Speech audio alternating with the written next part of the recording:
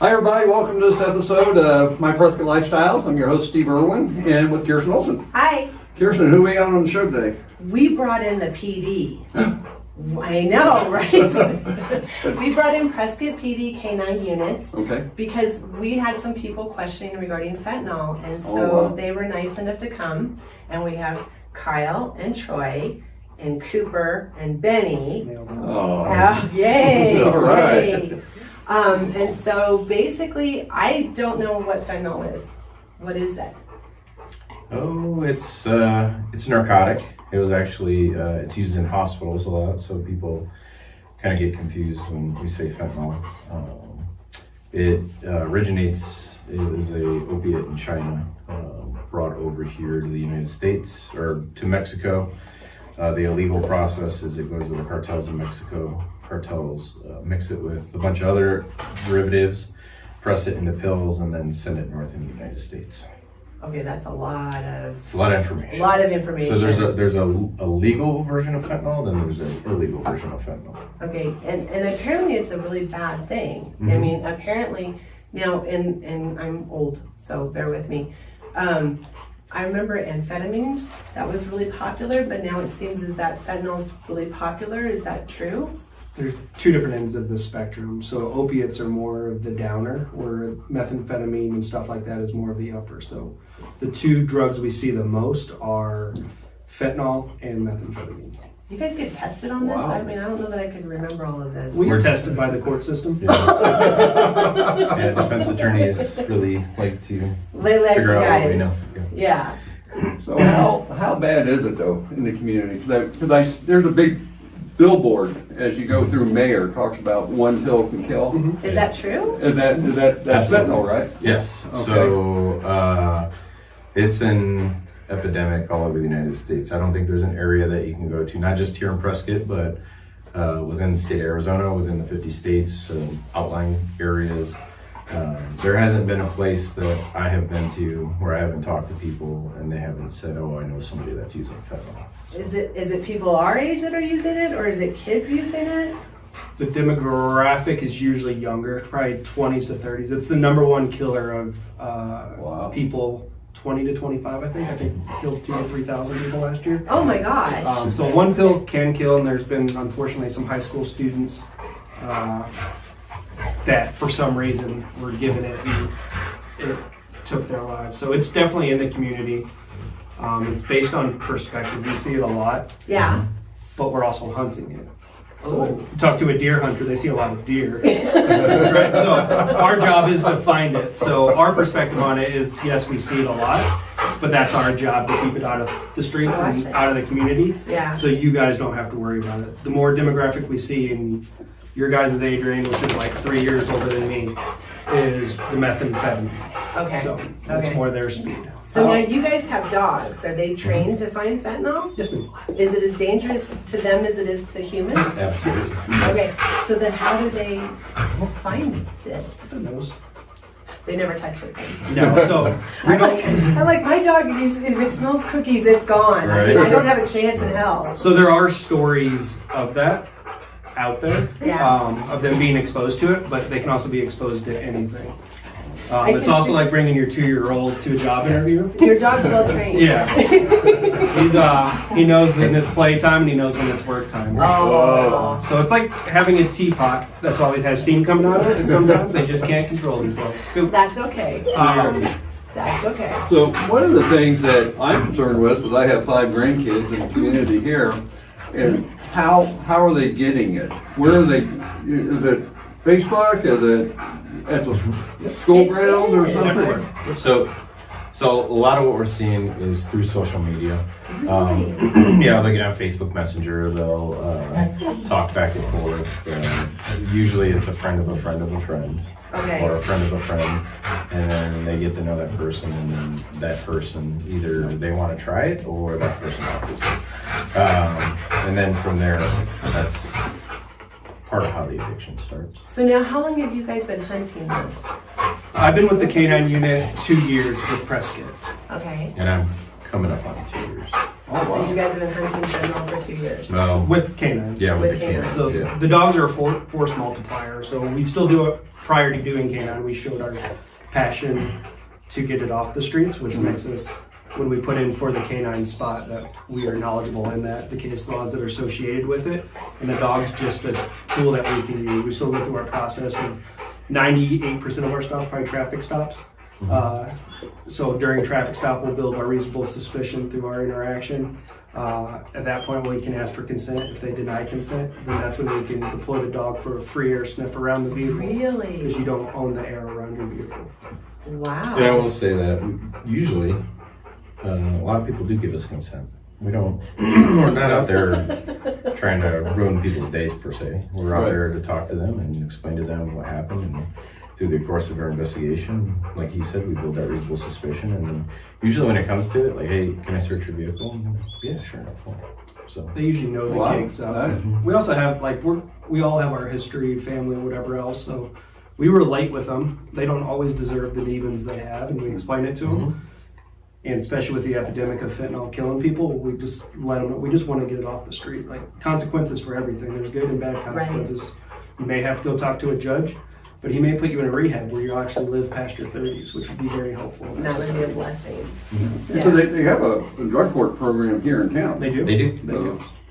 And it's pretty successful. The hard part is the failures they see they have is them fighting through that to want to get to a point where Right. they can succeed through a rehab. Yeah. So I think the relapse rate of a narcotic is like 90%. Oh my gosh. We talk to these people and we understand that there's going to be hiccups in the road. Like, we know that it's not a straight narrow path that they're taking. There's going to be some bumps and there's going to be some bruises and it's a learning process. Yeah. And I speak for myself. I think I can speak for Kyle that we didn't get into this job to put people in jail. We didn't start hunting this stuff to put people that are having an addiction problem behind bars. We got into this job to help the community out. Like, we both have kids. We both want the best for the community, so everybody's kids can live a happy, healthy life. And we understand that this stuff is a poison that is hurting people, killing people, and that there's an addiction process to it, and part of that process sometimes is, unfortunately, it is going to jail to get them on that straight and narrow path. So then do you guys do like, I know like the fire department sends their fire pal in, do you guys go and talk to the grade school kids and stuff? Troy's actually working on setting up a demonstration/education moment for one of the local schools. So anybody that will listen, we'll talk to about dogs or we're pretty much open to talk to. Yeah. We usually spend most of the time talking about dogs, but that opens up the conversation for people to how to explain stuff to their kids. Okay, so now these are trained dogs. How old are they, is Cooper? and They Benny? are both 4 years old. He just turned 4 October 28th, and Benny is February 18th. Okay. And I know you guys drive in canine units, and I've always been taught you don't go and bother the canines in the canine units. It's very dangerous. Is that true? It's based on the person and their dog. So the older way of thinking, the older style dogs, like early 2000s, late 90s, those dogs were like hunters of men, like go out there. They weren't treated, I don't know if it's a good example of like a cage fighter. When they're in the ring, Yes. they handle Yes. business, but outside they can do their press conference, they shake hands. Now, some of the press conferences get wild, and some of those dogs still get wild. But 95% of the dogs you're gonna see, always ask the handler. But we want that social aspect. We want that light switch dog that, hey, when it's go to work, when we put us in a room saying somebody's getting hurt, we're going in that room. You may Right. not like how we talk to you. We'll explain it all at the end. But we have that ability to turn it on and turn it off, and we look for the same thing when we go to select the canines. These dogs are single purpose, narcotics only. So they're allowed, and their breed allows for a little bit more of the sociability. As long as it doesn't diminish their working ability, we'll allow them to be social with the public. Cooper could care less that he's in this room. He is so mad that he can't go hunt drugs right now that He's anxious to he's leave. putting on a show for the camera. Well, that's a good thing, though. Oh, absolutely. And that's what we select them for. They're great working dogs, terrible house dogs. They are Are they always really bad? they're bad in the fact that they always want to work. Like, I can't hate his dedication to his job. I would like to say it runs down leash, but it actually runs up leash.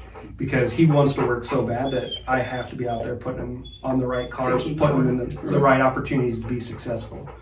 So that's part of our dog selection, is finding the dog that wants to work, that doesn't have to work. Is there a lot of opportunities for them to work in our community? Yes. Okay. I was hoping that was going to be no, not as much as I was. But again, we're hunting. That's our job, to find the right cars and keep it off. So Right. every traffic stop's an opportunity to either get information or give information and figure it out. And there's certain areas and people we know that we are looking for. Mm-hmm. And those are the cars that we're necessarily targeting. So a lot of people you'll see come by, they'll speed and do a bunch of other stuff. And that's not always who we're looking for in our opportunity. We have a unit for that, and most people have met them. But our job's a little bit more... Most people that are speeding have met them. Yeah, selective traffic enforcement, looking for certain targets and stuff like that. We do a pretty good job of having a workup on a person or an area, so we know who and what we're looking for. So one of the questions I was reading up on before the interview today was they're mixing fentanyl with other drugs, like say someone wanted to buy Vicodin or oxycodone, but then you're finding the illegal stuff, they're putting fentanyl in those also. And so that, do you guys see a lot of that? Well, yeah, so we've seen a couple different things. So we've seen, like somebody says it's a Xanax bar, but it's actually a pressed fentanyl pill. So they're pressing them to look like other pills to throw us off of what we think it is. Oh. So somebody could think that they're taking something, but really getting the bad stuff. Yeah, we've seen it before where somebody, I think I seen it on the news not too long ago, where somebody said they thought they were taking Tylenol and an overdose because it was a pressed fentanyl pill. So you gotta be, it kind of goes back to that old adage that your parents taught you, don't accept pills from strangers, don't accept candy from strangers. Right. Because you don't know what you're getting. You don't. Well, as a parent, if I come across something that my kids have got, who do I call? What do I do? Call the cops. 911? If it's an emergency, depending on like if your kids, like if it's a medical emergency or emergency, yes. Yes. Absolutely. If it's something you found and it's Yes. not 911, we wouldn't want to take that opportunity if somebody in our area is overdosing or something like that to tie up our medical Correct. emergency line. So you can call the 9 emergency line. You're still going to get the same great service. It just, you may be caller 2 in the queue instead of caller number 1 who's on 911. And what is that non-emergency number? 928-445-3131. Okay, and then what would happen? You guys will show up and confirm and take it? So there's a couple different things that we can do. We can seize it, send it off to DPS lab. DPS can test it and see what it is. Okay. Another thing we do is we work with another agency in the area. They actually have a little mechanical machine, shoots a laser into the pill, and then from that read back it'll tell us what it is. Oh, wow. So yeah, so sometimes that isn't available to us, so we'll send it off to DPS. DPS will put it in their scientific lab and tell us what it is. But it also opens the door for us to have the opportunity to figure out why they have it, who they got it from, if it was on purpose or somebody tried, not necessarily set them up. Are you hunting now? Troy's on call for multiple things. But it gives us the opportunity to either talk with the parents or talk to the kid if they're starting to experiment. We were all kids once, we all have friends. Not all of us went to Bible school, such as myself. You know? Well, it's a good thing that you're a good innocent boy. We all have a history from our childhood of friends that have experimented and chose the wrong path. And again, that's what drives me. And that's because I've lost too many friends from high school that are either still fighting with it or lost the fight with it. So. And is it, when I was growing up, cocaine was real big, and it was like when you tried it once, you're going to be addicted for the rest of your life. Is this the same? It's probably worse. Oh my goodness. So they go through, so the opiates, once they do it once, they're always chasing that same high. Oh my goodness. So that's why some people are using 1 to 2 pills, some use 20 pills a day because they're chasing that high. And some people only get to use 1 pill because then they die. But I would say it's worse than cocaine based on what your body goes through as it tries to get itself off it. Oh. Called being dope sick. So, just kind of a recap, because we're winding down a little bit. If someone gets pulled over, then you guys probably pretty well know if you're going to find something Not always. Through our investigation and talking to them, we can figure some stuff Yeah. out. But But if the dog shows up, game over. if there's something in the vehicle, they alert to the odor of the item. Okay. So they don't actually find the material item. So if you have, let's take popcorn. If you pop popcorn, get in your car, go inside, eat your popcorn, your car still smells like popcorn. Right. So Yeah, if you I love that have, smell. if you have cocaine, heroin, meth, or fentanyl in your pocket and get Yeah. out of your car, Yeah. go use it, your car's still gonna smell like it. So our dogs alert to the odor of the illicit substance, not actually the material item. Oh, okay, so it'll just say that it was there at one time. Correct. Okay. Or it's in the car. So those are usually, it's the odor of the object, not the actual material of the object. If that makes Okay. sense. Okay, that makes a lot of sense. Excellent. And so anything else you want to share with people that might be watching? We got a lot of parents, a lot of older people on these shows. And, you know, that's one of the reasons that we wanted you guys to come on, because we think it is something that a lot of people just aren't aware of. Yeah, if they do have any questions for us, we actually have a Facebook page and an Instagram page. It's Prescott Police K9. Okay. So if they search that, they can find us. They can send us messages on there.